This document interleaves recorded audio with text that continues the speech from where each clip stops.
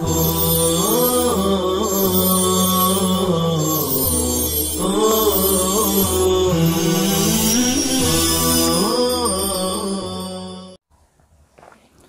اللہ الرحمن الرحیم۔ معطل کا 7واں قاعدہ ہم پڑھ رہے ہیں کہ بھی واو اور یا متحرک اگر فتحہ کے بعد آ جائیں تو ان کو الف سے بدل دیتے ہیں، لیکن اس کی کچھ شرطیں ہیں جن میں 4 شرطیں ہم پڑھ چکے۔ 5ویں شرط یہ ہے کہ وہ واو اور یا مشددہ سے پہلے نہ ہو، اسی طرح نون تاکید سے پہلے نہ ہو۔ یا مشددہ سے پہلے ہو تو پھر نہیں بدلیں گے، اسی طرح نون تاکید سے پہلے ہو تو پھر واو اور یا کو الف سے نہیں بدلیں گے۔ جیسے علوی، علی کی طرف منصوب علوی، یہاں دیکھیں گے ہم واو متحرک فتحہ کے بعد ہے، لیکن چونکہ یا مشدد سے پہلے ہے اس لیے اس واو کو الف سے نہیں بدلیں گے۔ اسی طرح اخشین،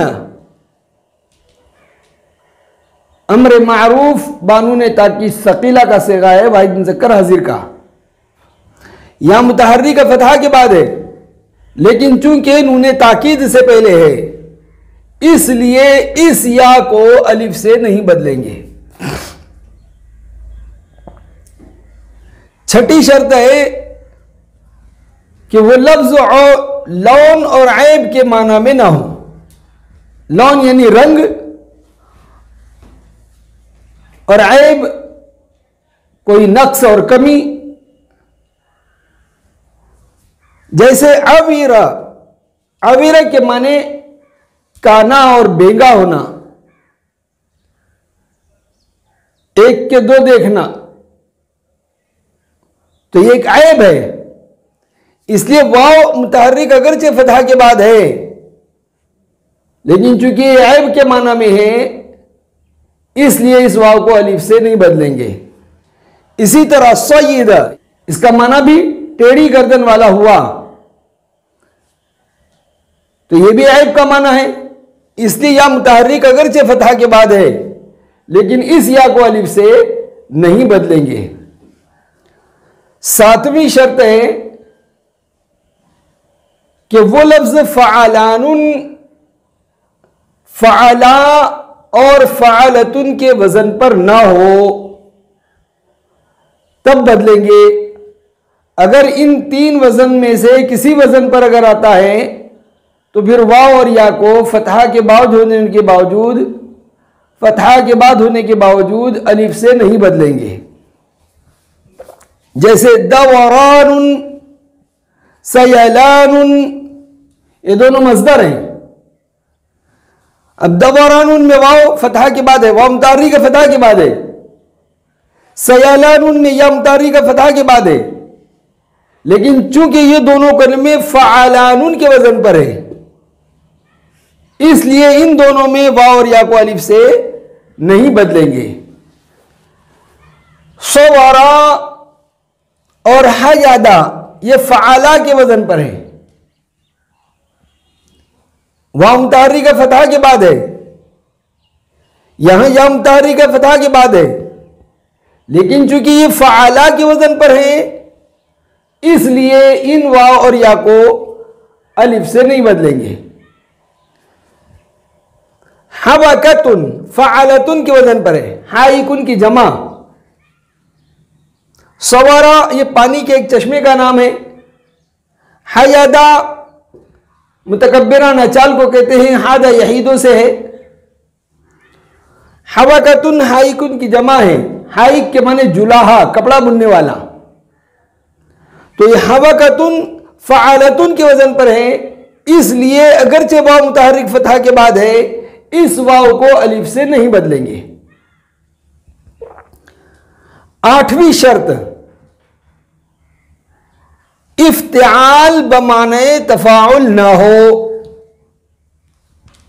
یعنی جس کلمے میں واو اور یا متحرک فتحہ کے بعد ہو اور وہ باب افتعال سے ہو، اگر وہی مادہ تفاعل میں آ کر ایک ہی معنی دیتا ہو، یعنی جو معنی افتعال کا ہو وہی معنی تفاعل کا ہو، تو اس صورت میں اس افتعال کے اندر آئے ہوئے واو اور یا کو الف سے نہیں بدلیں گے. جیسے اجتبر، تجاور، ان دونوں کا معنی ایک ہے، یعنی آپس میں پڑوسی ہونا. اور اعتبر اور تعاور، ان دونوں کا معنی ایک ہے، یعنی باری باری لینا، دست بدست لینا. تو اجتبر میں واو متحرک فتحہ کے بعد ہے، لیکن یہ تجاور کے معنی میں ہے. اسی طرح اعتبر واو متحرک فتحہ کے بعد ہے، لیکن یہ تعاور کے معنی میں ہے. اس لیے اجتبر اور اعتبر میں واو اور یا کو الف سے نہیں بدلیں گے.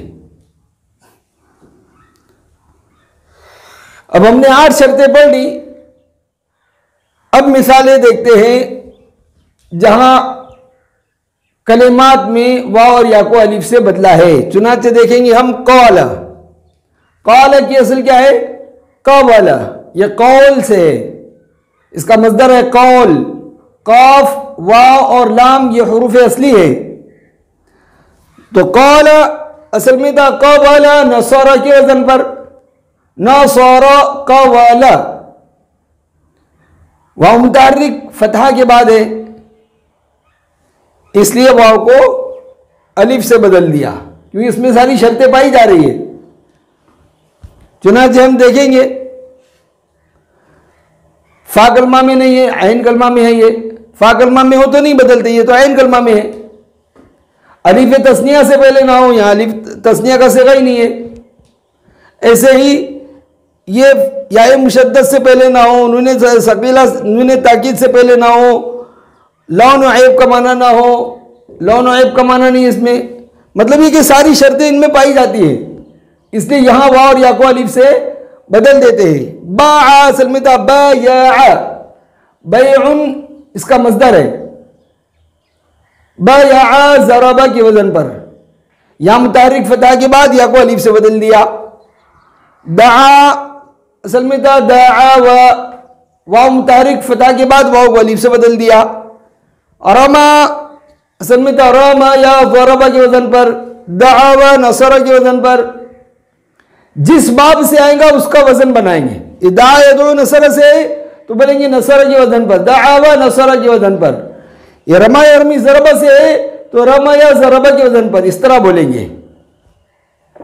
تو رما یا ضربہ کے وزن پر ہے فتحہ، یا متحرک فتح کے بعد ہے، یا متحرک فتح کے بعد ہے یا کو الف سے بدل دیا.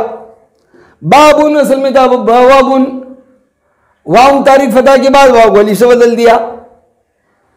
نابن اصل میں تھا نیابن، یا متحرک فتح کے بعد یا کو الف سے بدل دیا.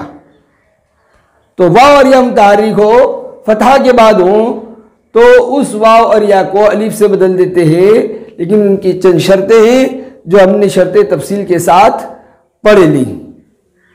اس قاعدے کو اسی طرح لکھ کر اگر یاد کریں گے انشاءاللہ یاد ہو جائے گا اور یاد رہے گا بھی. وصلی اللہ تعالی علی خیر خلقہ محمد و آلہ و اصحابہ اجمعین.